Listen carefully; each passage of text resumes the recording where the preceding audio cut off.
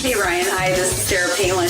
Ryan, Donald Trump Jr. Hogs to win, see ya. Hey, everybody, I want y'all to check out a fellow Marines podcast. My name is Ted Nugent, and I got a call from my buddy Ryan F. Samuels, and he wants me to tell you that he's a working hard, playing all-American son of a who is celebrating God, family, country. Welcome to the Ryan Samuels Show, one of the top political podcasts in the United States, where we have a healthy distrust for government and mainstream media. The Ryan Samuels Show is a raw, unfiltered look at American politics. Follow on Facebook, Twitter, YouTube, Rumble, and all podcast platforms. Here is your host, Ryan Samuels. Hello, Patriots. We are here. And the entire left side of the aisle has completely and utterly set themselves on fire. Now, last night was probably one of the biggest political events in history.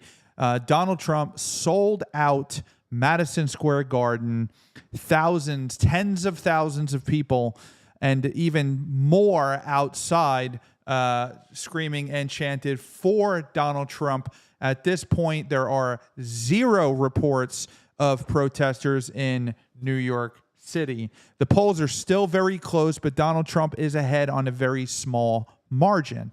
Now, the problem with Madison Square Garden is they brought out the famous, hilarious comedian named Kill Tony, or Tony Hinchcliffe. But he's got one of the most famous podcasts in the country called Kill Tony. This guy is a comedian who pushes the envelope, who says racist things, who is a George Carlin-style comedian who's always pushing the envelope.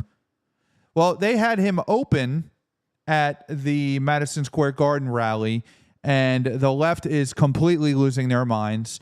All of their worst nightmares have come true. They've completely validated to themselves that anybody who's at a Trump rally or supports Donald Trump, or anybody who's going to vote for Donald Trump, is Adolf Hitler. And this is the world that we live in. CNN put together a montage of Tony Hinchcliffe just to show you how all of the right side of the aisle is literally Hitler. These Latinos, they love making babies too. Just know that. They do. They do. There's no pulling out. They don't do that. I don't know if you guys know this, but there's literally a floating island of garbage in the middle of the ocean right now. Yeah. I think it's called Puerto Rico. That's a cool black guy with a thing on his head. What the hell is that, a lampshade? I'm just kidding. That's one of my buddies. He had a Halloween party last night. We had fun. We carved watermelons together. It was awesome. She is some sick Hillary Clinton, huh? What a sick son of a... The whole party, a bunch of degenerates. She is the devil, whoever screamed that out. She is the Antichrist. It's going to be pretty hard to look at us and say, you know what? Kamala Harris, she got 85 million votes because she's just so impressive.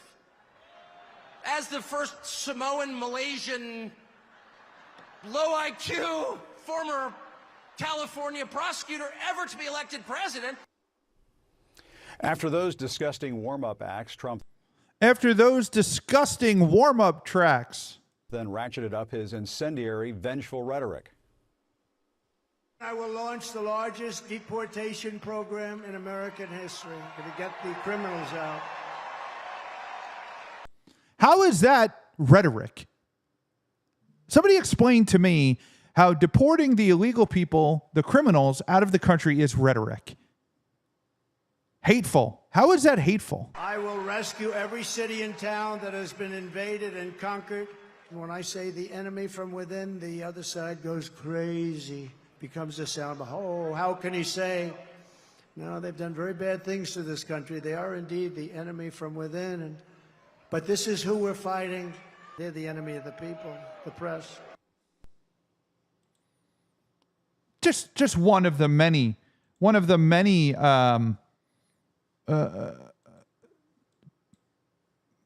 posts from the left that's just losing their mind. Now, MSNBC came out, and MSNBC did probably the most insanely ridiculous comparison I've ever seen.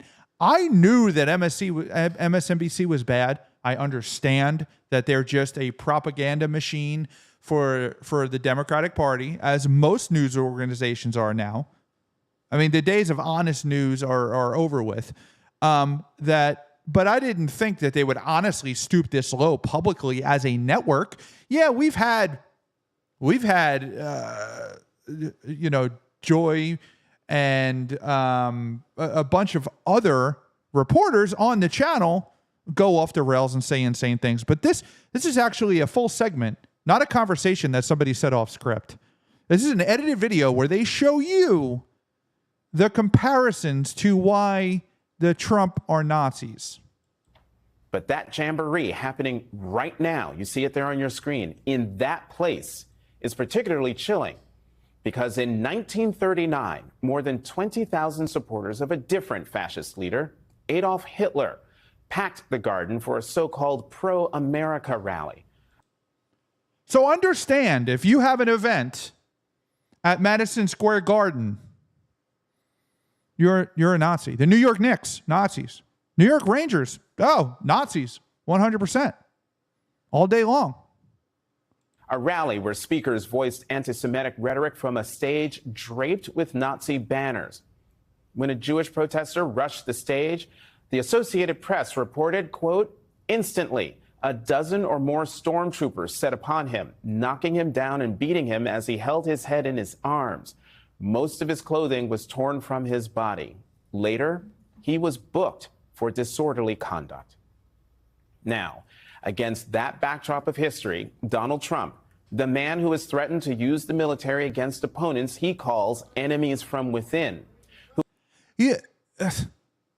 They call Donald Trump an enemy. They sent the Justice Department after Donald Trump, persecuted him on bogus charges, and are attempting actively right now in this moment to put him in jail.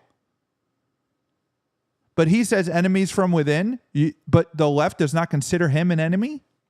If they don't, then why would they go after him? Who has threatened to use the troops to quell what he says are lawless cities and to use those troops to carry out mass deportations of immigrants, is once again turning Madison Square Garden into a staging ground for extremism. They're getting absolutely roasted for this segment right now. And then, of course, the brilliant AOC was on MSNBC, and she's talking about the rally and the comments, and she's just so offended. Super offended. Can you just give us your reaction to what you heard last night, just hours and hours of frankly, hate, and what, frankly, how it could electrify this electorate? Well, there's a couple of things. As you mentioned, this was a hate rally. Mm-hmm. This was not just a presidential rally. This was also not just a campaign rally. I think it's very important for people to understand that these are mini January 6 rallies. Any rally or any event where Donald Trump is there is a January 6 rally, according to the left. According to the left. That's how desperate that they are. These are mini Stop the Steal rallies. These are rallies to prime an electorate into rejecting the results of an election if it doesn't go the way that they want. Because Donald Trump and that entire cadre of people up on that stage, Stephen Miller, etc., do not respect the law of the United States of America.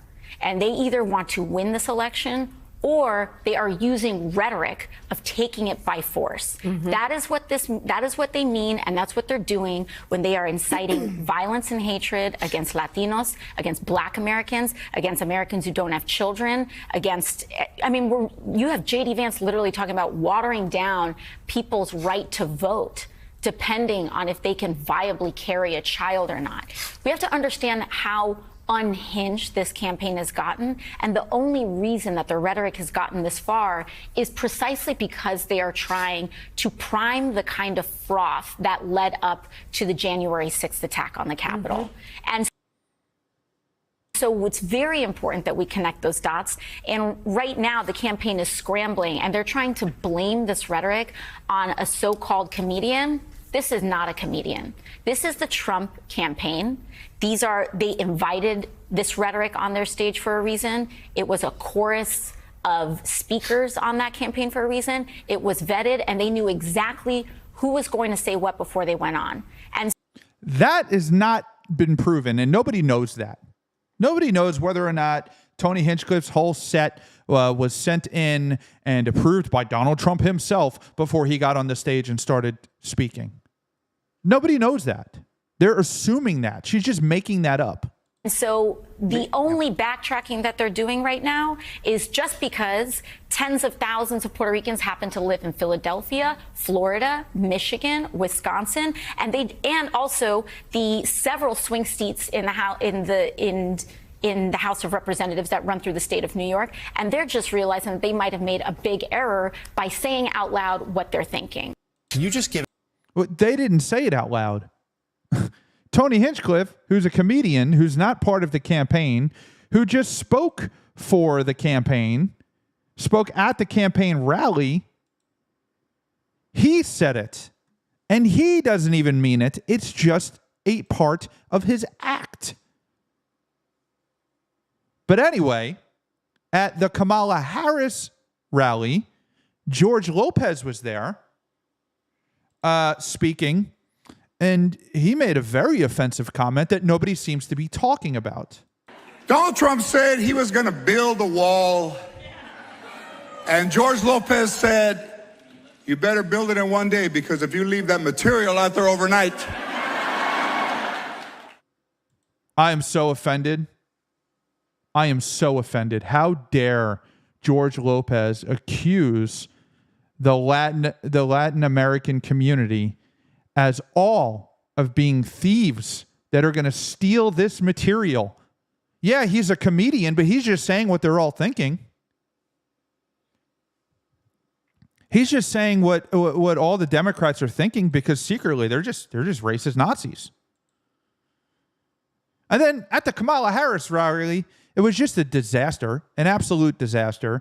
Here's Kamala giving a speech, which she is promptly booed by and shut down from speaking by members of the crowd.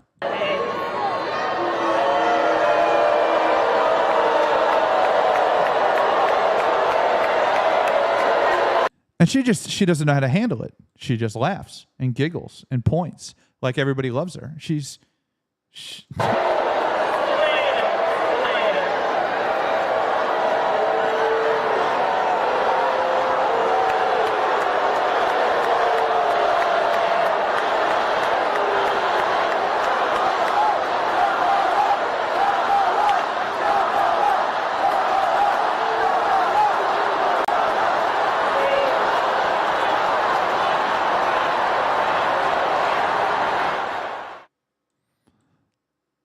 So interesting to see her being booed at her own rally. Now, of course, there was other members of the crowd chanting her name, but we haven't really seen Donald Trump be booed like that.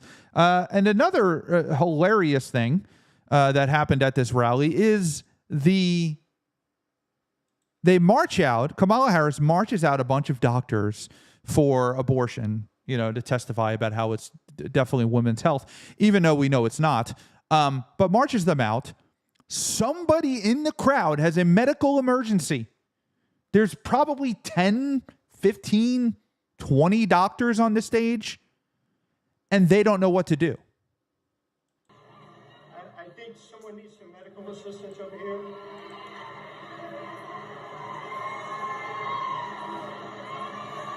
If you can't hear it, he's saying, I think somebody needs some medical assistance over here. You're literally a doctor. Perhaps you should go give it to them. But then again, a whole bunch of abortion doctors sitting around, they don't know how to do actual medical treatment. They've never done it. They're still standing there,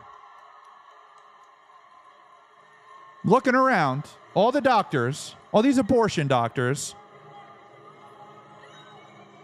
Just somebody needs medical attention over there. And the left is continuing to try and turn this rally into something that it's just not, and that we all know that it's not. And it's just the same old rhetoric over and over and over that they think is going to actually turn this election. The polls are super close. And we have learned in the past that usually Donald Trump is underestimated in the polls. That does not mean that Donald Trump is definitely going to win this time, even though he's slightly ahead. There's a possibility he may win, but according to all of the data available, the amount of that he is ahead is within the margin of error, so it is a 50-50 chance. So you have to go out and vote. There's no excuse not to go out and vote. But there have been zero reports of any violence or any anything bad about the Trump rally other than, the comedian who spoke. But this reporter outside of Madison Square Garden wants you to believe that this is another January 6th. I'm in front of Madison Square Garden here in New York City. There's a massive crowd waiting to get in, and there's a real air of menace here. This is not a joyful crowd by and large. This is an air of menace. This is not a joyful crowd. And there's just a bunch of people behind him standing there peacefully. Just one guy's leaning on a pole, and they're just hanging out, waiting in line to go in to see Donald Trump. Large, there was a huge sea of "Pardon Trump" signs that we saw earlier. Hardened? Did he say hardened Trump signs? And I think that's part of the message tonight that we saw earlier. And I think that's part of the message tonight. This is a hedge. This is not a campaign or a candidate that is confident about winning. This is a campaign and a candidate that is appealing to the most extreme elements of his base, so that in the event of a loss, they can take their fight to the streets. This is a continuation of that appeal to the Proud Boys to stand back and stand by. And there's no doubt that this venue was chosen for a reason. Do me a favor, Google Madison Square Garden, 1939. Oh.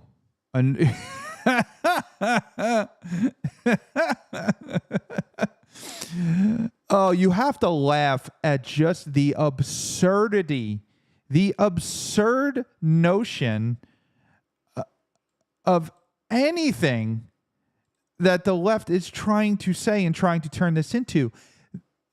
They are desperate because Donald Trump is in a position to win. There is a 50-50 chance that Donald Trump will win this election. All you have to do is go out and vote, and that's exactly what's going to happen. And then, of course, you had your just generic, low IQ, run-of-the-mill, Democratic lock-and-step voter who took to TikTok or Twitter about numerous people who spoke. Here's one about Dr. Phil. Oh, no, the hell he didn't. No, the fuck he didn't. Not Dr. Phil. By the way, we didn't choose the name for that by random. Merit Street Media. This country was built on hard work, added value, and talent, not on equal outcome. He's talking about DEI, diversity, equity, and inclusion, which means people get promoted and put in managerial positions simply because of the color of their skin, which would be considered racist on a normal planet. But here on planet Earth, it is not considered racist. It's only considered racist if one person of one race is put in that position, then it's racist. Not on DEI. This country was built on hard work. It appears that Mr. Phil forgot where the hell he came from. So let's put him back in his place. Dr. Phil knows damn well that if it wasn't for this black DEI woman... Oprah was DEI. Did we have diversity, equity, and inclusion back in the 80s? Is that why she got to host a show back then? his ass wouldn't have a national platform. Trump damn sure wouldn't have gave a damn about his ass. And my damn people didn't choose to be enslaved. You were never enslaved. You will never be enslaved. You have never been a slave. Hard damn work when this damn country was being built after people who look like your ass, Dr. Phil, stole it from Native Americans. The hard damn work came from my people. For an example, in 1870, the labor force in America, the 50% of people who made up that labor force were women who look like the woman who made your ass famous. You see that old money who comes from people who look like you? Well, you got that shit because of my ancestors. And if we want to fast forward to this time now, again, your ass wouldn't be where you're at right now if it wasn't for a black woman, a DEI woman. It's just entirely inaccurate that, number one, she's a slave, and number two, that Oprah Winfrey is a DEI hire. She's 100% not. She's one of the most successful producers of a television show in history, and she has earned her way to becoming a multi-billionaire. But another left-wing loony has taken to Twitter to arm the Democrats with ways to safeguard themselves, to protect themselves from imminent execution from the right if Donald Trump does get elected. Let's listen to this Yahoo. All right, worst case scenario, Trump gets reelected. Here is the game plan if that happens. The general rule of thumb from now on is, will the MAGA heads use it to attack someone? If so, keep your mouth shut. Keep your mouth shut. These people literally feel and believe in their heart of hearts that the entire half of the country is going to go out, pursue them, and kill them and beat them because of who they voted for. That's not what the right does. You no longer know that any of your trans friends are trans. You no longer know that any of your non-Christian friends are non-Christian. You no longer know that any of your friends, family, or neighbors are left-leaning at all. Anyone that you don't know tries to talk about politics around you, you shut that shit down immediately because that is fishing for information and people they can report. That's just a general that they can report. They think we're gonna have some system of reporting that's gonna go to Donald Trump and he's going to personally sign off on a leftist execution. This is the reality that these people live in. They believe this, which is why we've had 2 assassination attempts on Donald Trump and a criminal persecution of him because they believe he's literally Hitler. Anyone tries to instigate a protest or a riot, they are also fishing for people that they can report. Anyone you know who is an immigrant, you are now going to tell anyone who asks that they have been living in America their whole lives. Because if you are not among the people who need to flee for their own safety, you are part of the people who are helping them flee. You do not brag about the people you have helped. You do not tell others about the people you have helped. You keep your mouth shut about all of it on every single possible forum. Anyone asks you about politics, you reply, who has time to talk about politics? And nothing else. Literally use those words.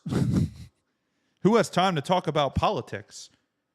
In a scenario, Cupcake, in a scenario where the President of the United States is unleashing his fascist army on the entire world, on the entire country who opposed him, what do you mean by saying, who has time to talk about politics? If that were actually happening, that would be the only conversation.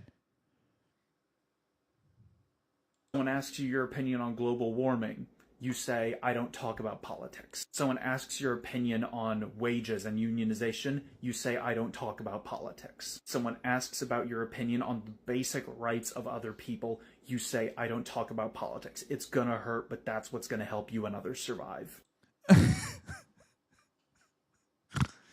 This is like the most ridiculous video I've ever seen in my entire life. But these people are real. He's not acting. This is not an act. He's not an actor. He's not doing this for a dramatic effect. He believes. They believe that this is the reality, that this is what's going to happen. Even though Donald Trump had 4 years to do this with the most powerful man in the world at the time and just decided not to. That's what they think.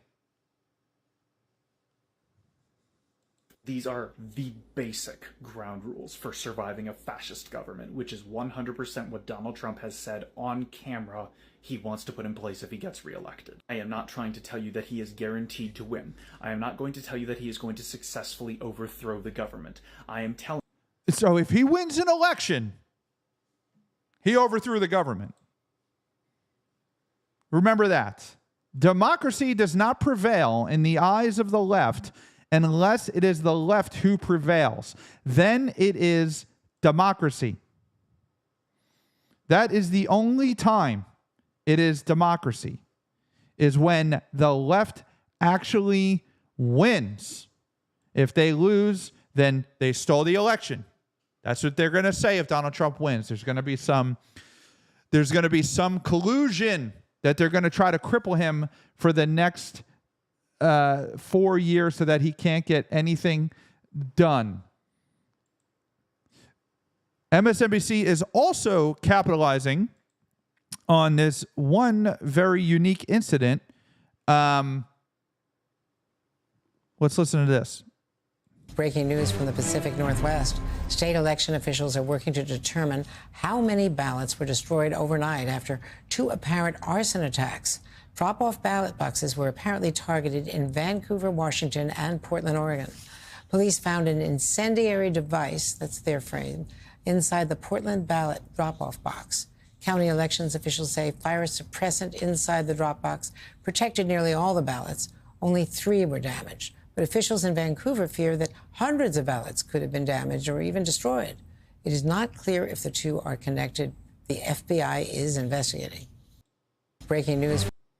All the confidence in the world in the FBI. But this story is turning into and is going to continue to turn and boil into the fact that the right is going to steal the election. That's what they're going to say if Donald Trump wins. They're going to say that we stole the election, that we, everything that in history that they have done, they're going to say that we did, even though we 100% did not, or will not to my knowledge anyway. But the race is neck and neck. Go out and vote. Make sure you vote, and bring all of your family and friends with you. This election is way too important. And this is not because I hold Donald Trump on some high regard as if he is some god of freedom or pillar of freedom. It is because the Biden administration has destroyed this country. The Biden administration has gone after you. The Biden administration has censored your social media posts, persecuted peaceful protesters who are still in jail 4 years later.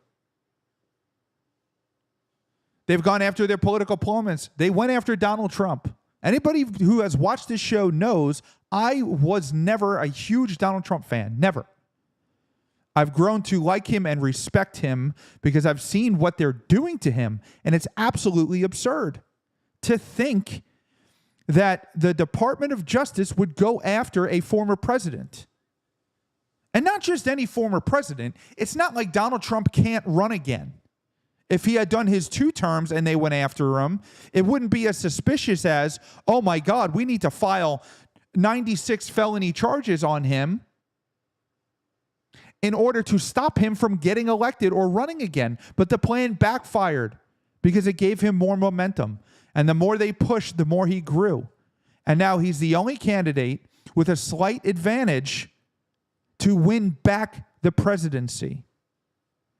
It's going to be a historical election one way or the other. Do not miss out. Make sure you're a part of it. Thank you for tuning in. As always, I will see you next time. Thanks for tuning in to The Ryan Samuels Show. Don't forget to like, share, and subscribe.